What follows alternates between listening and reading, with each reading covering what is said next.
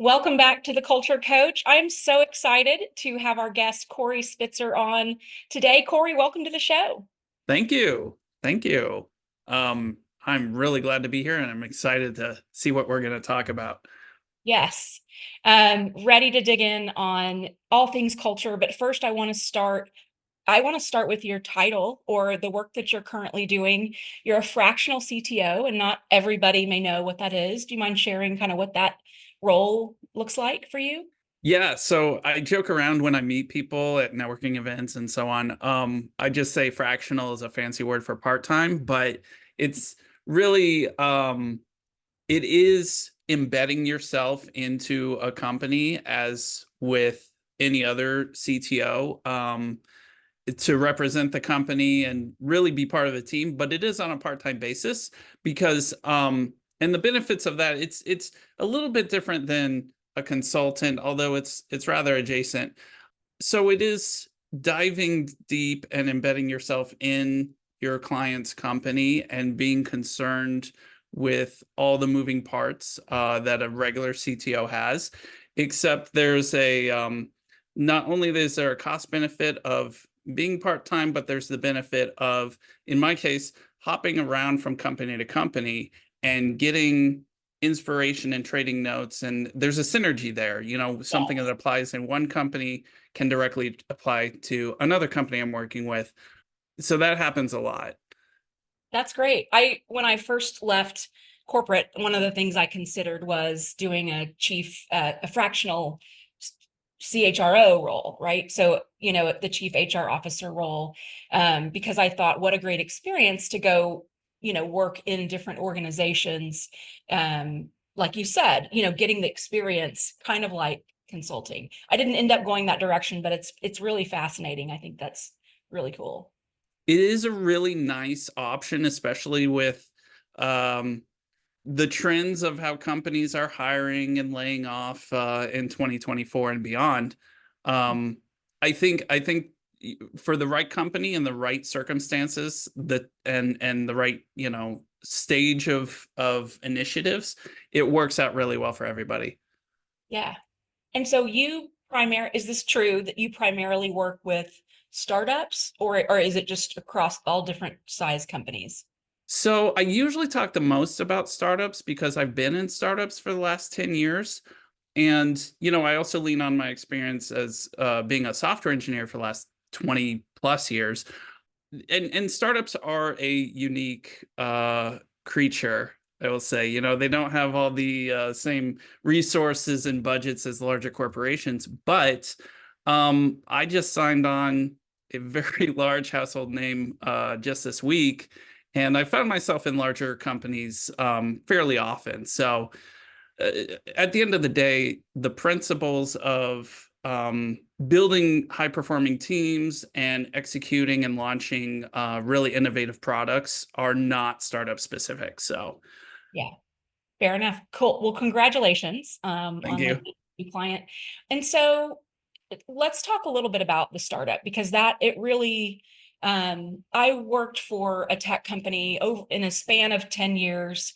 I was there 4 years and then left and then came back for three. But that's really where I experienced one of the best cultures that I've ever experienced in the corporate environment. And I was there when we went public, and I was there when we went private again. And I left before they went public again. But so I wasn't there in the early stages.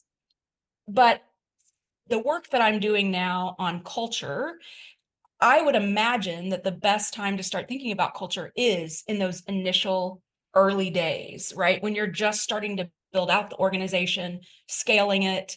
What have you seen in your experience in those startup environments when it comes to culture? Yes. Oh my God. That is a great question because, and I totally agree. Up front, with even the founding team of the company will dictate your culture, just as if you put out a new product, technology especially, if you put out a new platform, let's say a social network or something like that, your first 100 users, your first 1,000 users are going to set the tone for the users that come afterwards. So just like with users and the employees, the conventions and recipes and patterns, even the patterns of communication and the phrases that a certain Mhm. company uses, um, that just gets inherited and it morphs and evolves over time as you grow from, 4 people to 10 to 50. So yeah, a lot of precedent gets set really early on. And I think this goes to executing on a startup idea anyway, just, figuring out what the product is and what the market is. You have to know who you are and who you aren't and why you exist and all those things. And culture is pervasive in all of it. It's not something you just slather on. Right. Yeah, I believe that. Well, first of all, I believe that there's a culture compass, and that is your mission, vision, and your core values. And you have to establish that in order to know where you're going and how you want people to behave in the organization. It really dictates, and so, a lot for the culture. And I think when you can start with those pieces, I think a lot of organizations want to put it in HR. They want to put culture in the HR box. And I just think there's so much more to it. And that's why I think startups, even before they hire HR, like the way that you create processes, the way that you do your mission, vision, value, all of that, right outside of HR, I think is important. Do you agree?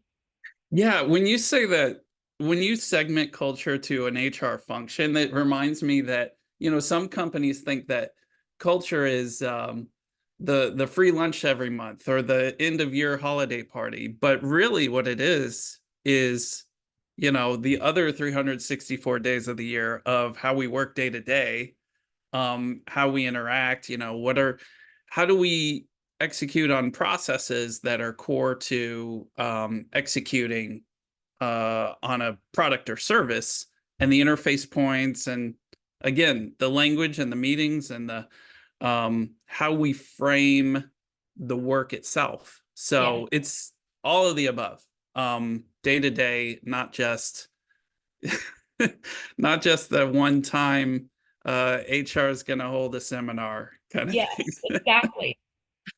And because I believe that the processes and systems are so important, um, and defining roles, all of that impacts culture. So in a startup environment, I'm curious, when people are wearing multiple hats and, um, it's really, you're trying to scale, you're growing really fast. It's hard to say, you're just doing this one thing, right? You're probably doing Mhm. a lot of different things. And so have you seen, when it comes to balancing the defining of roles, responsibilities, career paths in that startup environment, um, have you seen success with culture and even in that type of situation? Yeah, I think in some ways it's easier in the right in startups in general, because Yeah, I think so in a let's take a 10-person startup, that and startup by some people's definition means that the business has not proven its thesis about that makes it viable, that makes it just a regular company that's doing business year after year. um, so so a 10-person startup, every employee is 10% of the entire company. Um, and I try, there's how many promotions can you do? I right, mean, in some cases, everybody's at the top of their game.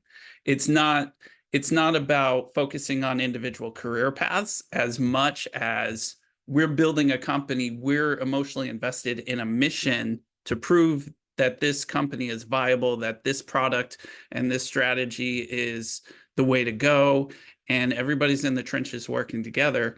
And so when you wear multiple different hats because you have to, again, because you're, X% of the entire company, um, you empathize with all different sides of the challenges, and um, you grow through experience, not through job titles. right. Yeah. So so it kind of validates the importance of having a vision that's shared so that people can rally behind that. So even though they may not be ready for specific roles and responsibilities, we can bring them along, really with that vision, painting that clear vision for them to follow. Right. And that's not to discount the importance of roles and defining them and then Yeah. communicating and recommunicating them and then, evolving them as more people get brought on or we find out some things about the market. We misfired and went in one direction. Now we need to pivot to another direction. So roles have to change. Um, and that's where flexibility comes in. So there's a lot of attitude. The right attitude has to come into play here. But I think so. I'm not saying that don't define any roles altogether. I am saying define them, make sure that people know more importantly than anything else, who has final judgment call in which area, Right. and how you interact and interface with decision making. But stay flexible and know that if things go well, which we want them to, then roles will probably change. And um, there if a company blows up and 5x is their head count, then yes, you're everyone's going to specialize a little bit more, Mhm. which is also an emotional kind of thing. Yeah. But yeah, I think there's a balance of defining enough, but not too much. Yeah. So do you see a difference in when you work with tech companies and really probably a lot of developers? What difference have you seen in working with a tech company versus working in another corporate organization when it comes to employee engagement? Does it take something different to lead in different environments? Yeah, I think there is a DNA that comes with technologists in particular. And there's some occupational hazards, like the job trains us to look for problems, to be pessimistic, Mhm. to Yes. be skeptical. And this can come out in different ways. I think, back years and years ago, um, I was kind of like a really bad stereotype and, very rigid black and white opinions. There's only one, good way to build software and so on and so on. And, when your head is down in front of a screen and, back in the day, all I wanted to do was code and do nothing else. Yeah. Um, you don't get that natural sort of training of soft skills. So it's I sort of recognize that when it comes up, especially on more junior employees and in interviews. Um, and I mean, it has to be addressed, right?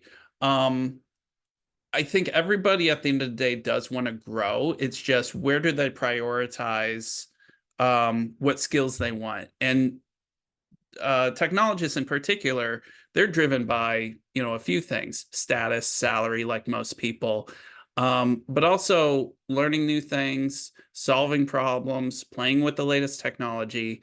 And, there are a few that want to go into management. Mhm. That is a completely different beast, and it's not for everyone, and so on. So I think there are challenges that are unique to working with technologists, um, with regard to what what their bread and butter is versus, let's say, sales and marketing, right? Which Yeah. is very an external facing, a extrovert kind of field. So Yeah. getting those two departments to play together Yeah. takes some translation, some communication, and a lot of empathy. Yeah. I love thinking about it. I love the way that you're talking about these different groups. And you don't want to, I don't want to stereotype anybody, but you're right. Certain personalities do well in in particular roles. And I always, when I work with organizations and they're asking about employee engagement and how do you engage the workforce, how do you come up with a benefits plan that works for everybody? How do, everyone wants to blanket across these things are going to work for everybody, but it doesn't work that way because everyone is unique. And if we have some big social function and there's a group of employees that really would rather just stay at their desk and not engage, there's nothing wrong with that. And that shouldn't be the one way that we try to motivate and engage employees. So I like that you're kind of saying, there are things like getting to work on different projects or getting, having some sort of creative developer day or, I mean, there's probably different ways that you can engage employees in different areas of the organization. Yeah, I cannot tell you how many times a salesperson will come and they'll say, "Oh my God, we closed this sale. It's a big deal." And they're really, trying to hype people up. And it is a big deal. But then you have, the technologists that do not touch customers and they're just like, "Oh, okay, good." And the sales are like, come on, don't you understand? Like this is big. Okay, business is doing well. That's great. That just Yeah, means I get to do more of what I do and I'm right. happy.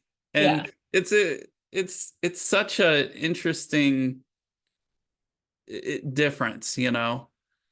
But yeah, and also, so to your point, I think you were touching on a little bit of how different personality types like to be recognized as well.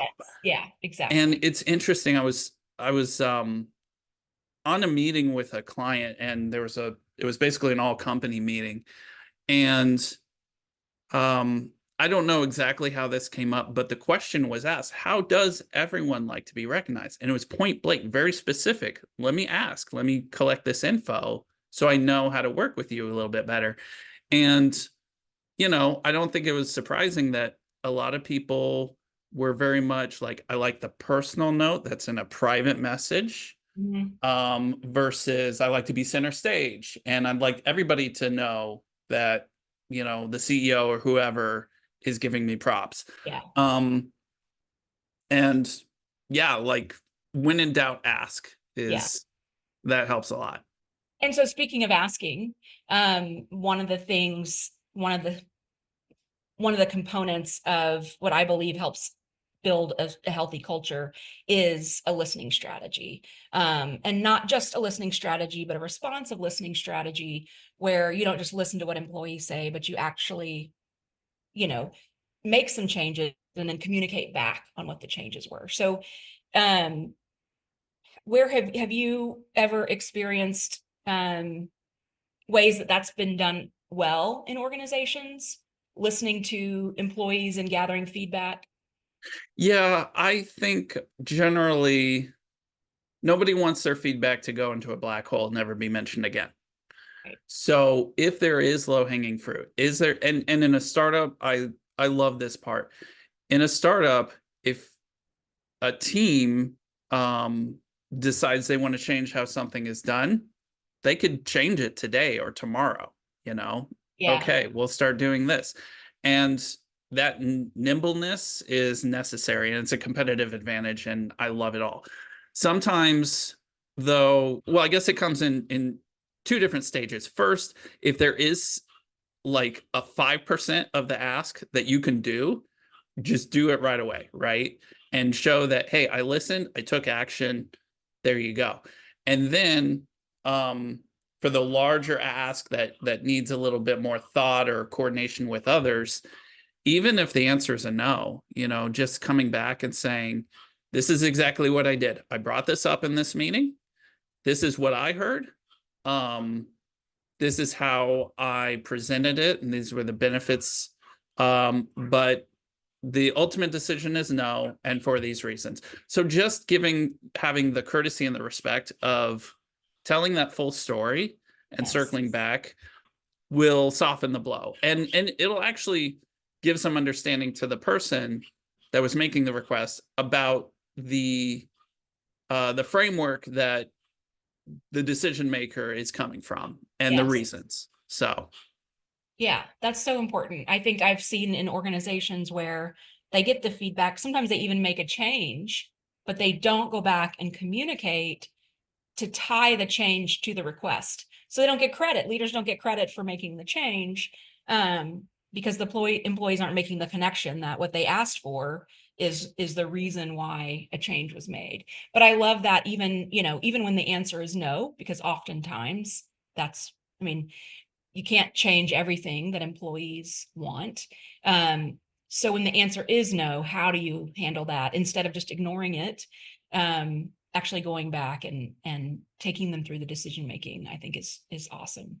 yeah, and even if it's your decision to make and it's not like you can easily blame somebody else, it's Yeah. like you can explain your thought process and they either buy in or they don't. And that kind of decides what happens from then on out.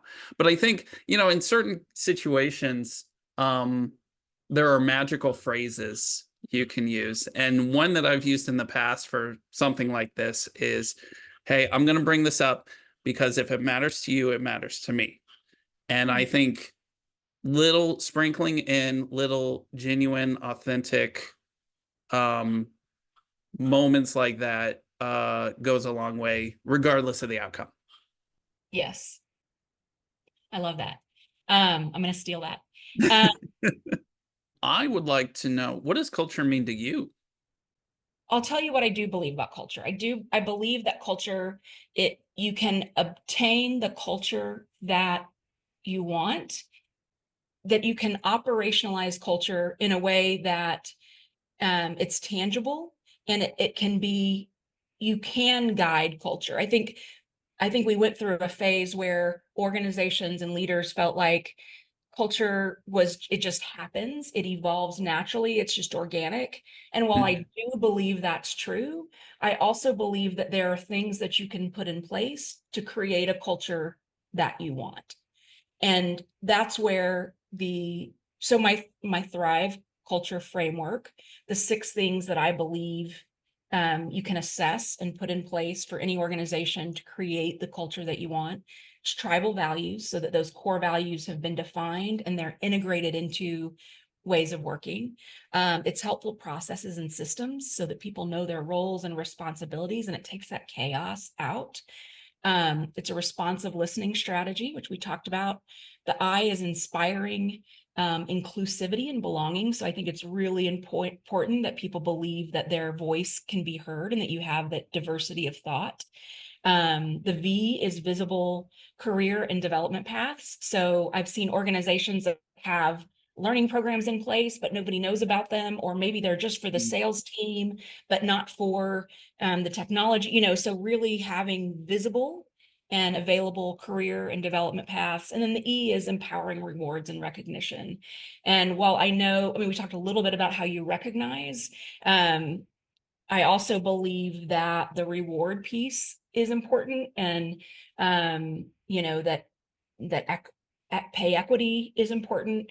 And I think what I love to do when I work with startups or smaller organizations where they have the opportunity to go ahead and put those structures in place with compensation, and really be smart about when they're bringing someone in, that they're not bringing them in over, that those levels are clearly defined and the spans and layers are clearly defined from the beginning. So that's my way of um, kind of articulating, I believe, the way that culture can be operationalized.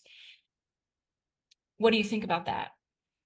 I think I think that's really good. I when you were running through all of that, I was kind of picturing um kind of like there's a bedrock, right? And there's some concrete guardrails, but then it's up to the collective to sort of enforce certain written and unwritten rules um that stem from that. And yeah, I mean, I used to sort of debate between, is culture driven imposed top down or does it bubble up from the bottom? Because if you have a set of rules, then those spaces in between is where people are going to figure out their own conventions. Um, whether it's a piece of process that isn't specified, or how we talk about things, or um so on. So I think there's room for both of that. Yes. To say we're gonna spell out some things, but obviously, we're all humans, we're complex, we're organic. We Right. can't specify every single minute Right. of every single day.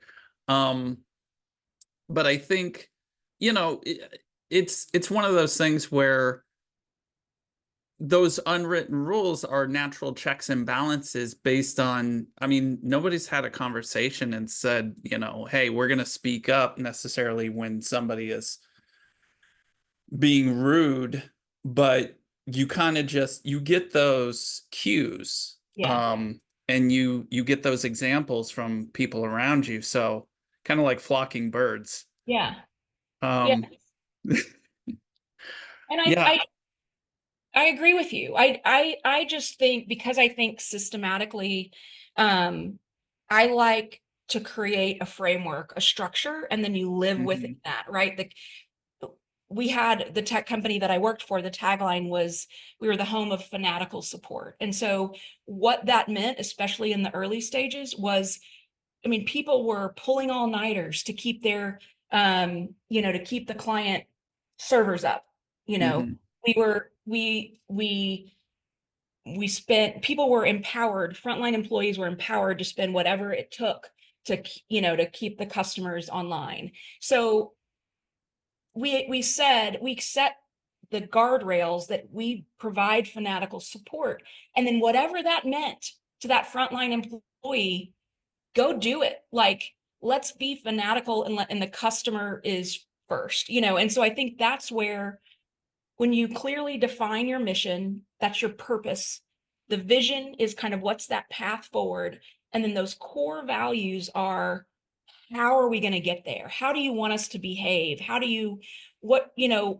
we this competitive culture or are we like just a bunch of nice guys and we help each other? We're not out there to cut each other's throat. I mean, like it really, it's, you can, and you can have all of that. But I think that if you are a leader, a CEO, a founder, and you want to create a culture, you have a vision of how you want your culture to be. I think it's possible to build that.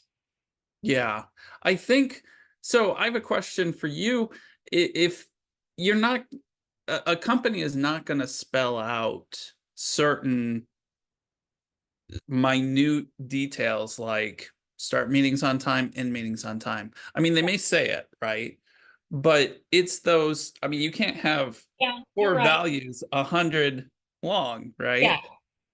you're right. So I wonder, I mean, it comes about from, I imagine most of the time there's one individual that either comes in respected or gains respect. And then I don't know if it's something that needs to be said, but it's like if the collective can nudge this behavior, I just wonder how do you, or if you systematize some of these very tiny little things that they sound tiny, but they actually make a big impact on somebody's workday sometimes. Absolutely. And I've been in organizations where they sent a memo or an email, whatever at the time. They sent something out that said 45-minute meetings. You leave a 15-minute buffer because we were just back to backs all day. So it's Hmm. like we no longer do hour meetings, we're doing 45-minute meetings. So that was, it's not a core value, but it's kind of a way of working.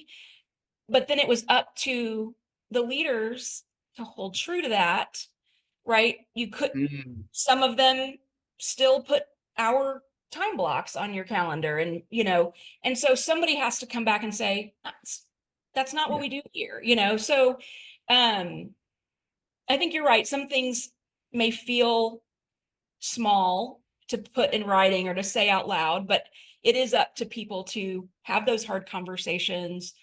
I think it's just being very thoughtful, not even intentional, just being thoughtful about what what seems natural, and then what how that comes off, and what ripple effects every action, every communication causes. Yes, for sure. Well, Corey, this has been such a great conversation. I could talk about culture all day.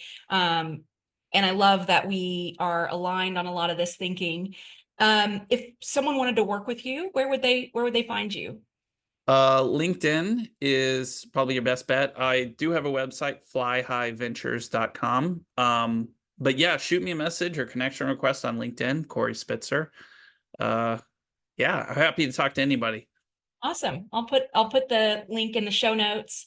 And this has just been so much fun, Corey. Thank you so much for your time. Yeah, it has been fun. Thank you.